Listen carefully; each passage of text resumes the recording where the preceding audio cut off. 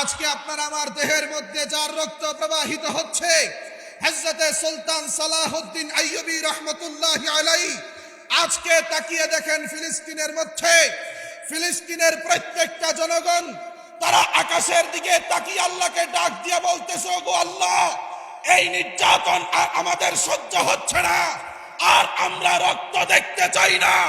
নতুন সালাহউদ্দিন আইয়ুবীকে আবার জমিনের মধ্যে পাঠিয়ে দেন, আমরা তার অপেক্ষায় আছি। আমি আপনাদেরকে আশ্বস্ত করতে চাই, ইনশাআল্লাহ নতুন সালাহউদ্দিন আইয়ুবী আবার জমিনের মধ্যে আত্মপ্রকাশ করবে। গোটা দুনিয়ার সমস্ত কাফের শক্তির বিরুদ্ধে যুদ্ধ হবে, জিহাদ হবে, কাফেরদেরকে, ইহুদিদেরকে কসু কাটা করে হত্যা করা হবে।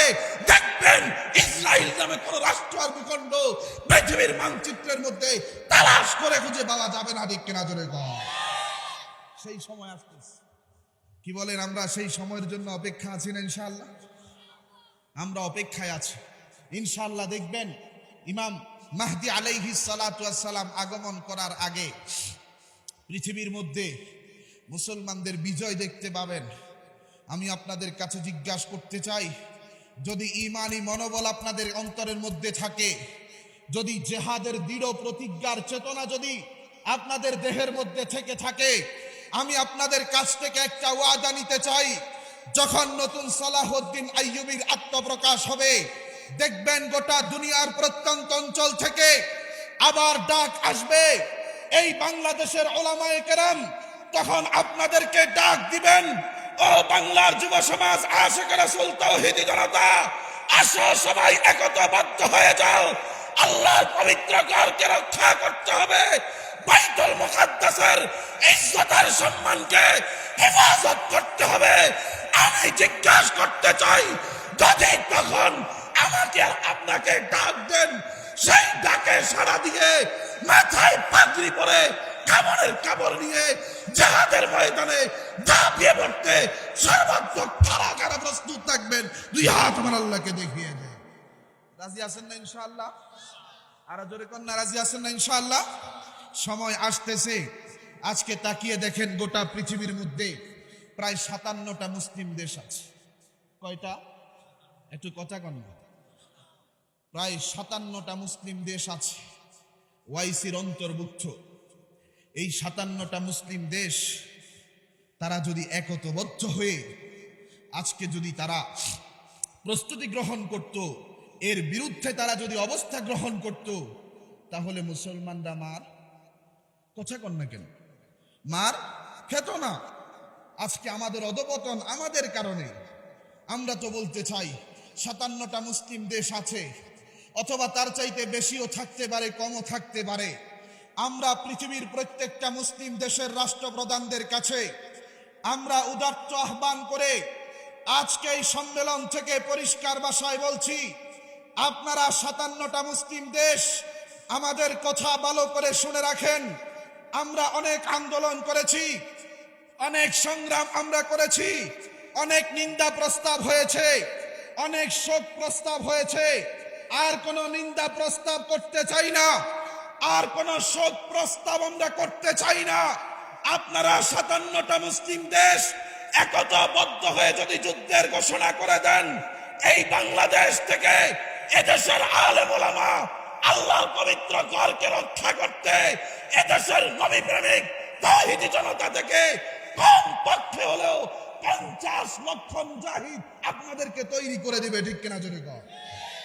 কথা বলেন, এদেশের জনগণ কি আল্লাহর পবিত্র ঘরকে রক্ষা করতে জান কোরবান করতে রাজি আছে না ইনশাআল্লাহ? জোরে কন্যা রাজি আছে না ইনশাআল্লাহ? কারা কারা রাজি আছেন দুই হাত আল্লাহকে দেখান তো। আল্লাহ আমার সকল ভাইকে কবুল করেন, সকল বলেন আমিন। আরো জোরে কন্যা আমিন।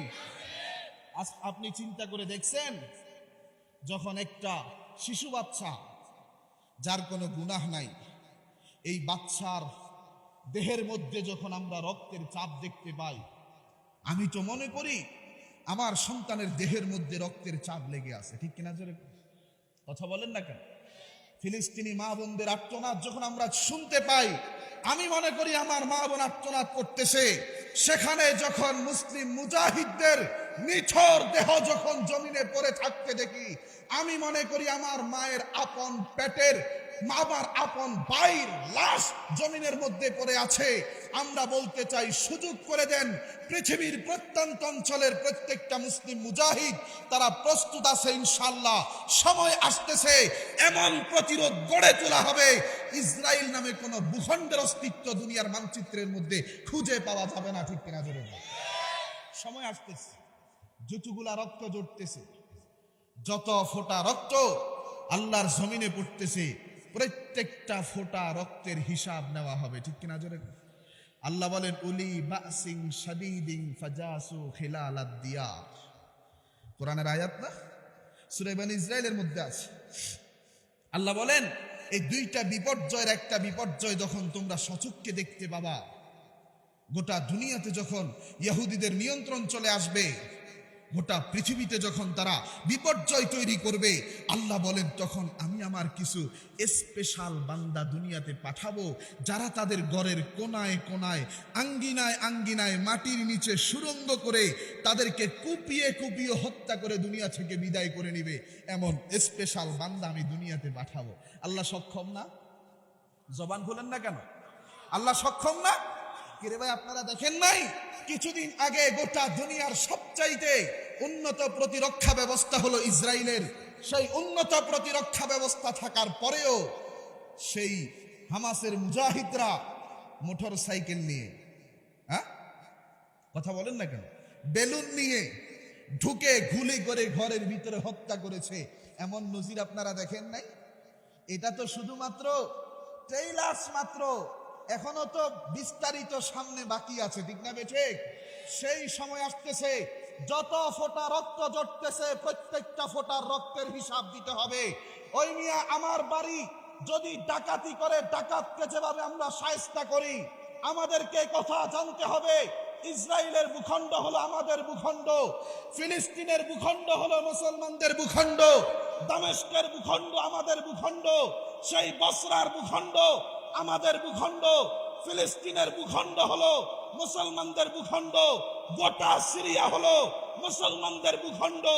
এই ইহুদিরা মুসলমানদের ভূখণ্ড ডাকাতি করেছে। আমার বাড়ি ডাকাতি করলে যেভাবে আমি ডাকাতকে পিটিয়ে বিদায় করি, মুসলমানদের ভূখণ্ড ইহুদিরা ডাকাতি করেছে। সময় আসবে, সময় আসতেছে ইনশাআল্লাহ, আমার বাড়িতে ডাকাত ঢুকলে যেভাবে ডাকাতকে পিটিয়ে বিদায় করি, মুসলমানদের ভূখণ্ড থেকে ইহুদিদেরকে পিটিয়ে বিদায় করা হবে। ঠিক কিনা জোরে বল? সেই সময় আসতেছে, আমাদেরকে প্রস্তুতি গ্রহণ করতে হবে। যত ফোঁটা রক্ত জড়তেছে, প্রত্যেকটা ফোঁটা রক্তের এক একটা করে তাদের বুকের উপর পাড়া দিয়ে সেই রক্তের হিসাব নিতে হবে। রাজি আছেন তো ইনশাআল্লাহ? জোরে কোন না ভাই, রাজি আছেন তো ইনশাআল্লাহ? আল্লাহ আমাদের সকল ভাইকে কবুল করেন, সকলে বলেন আমিন।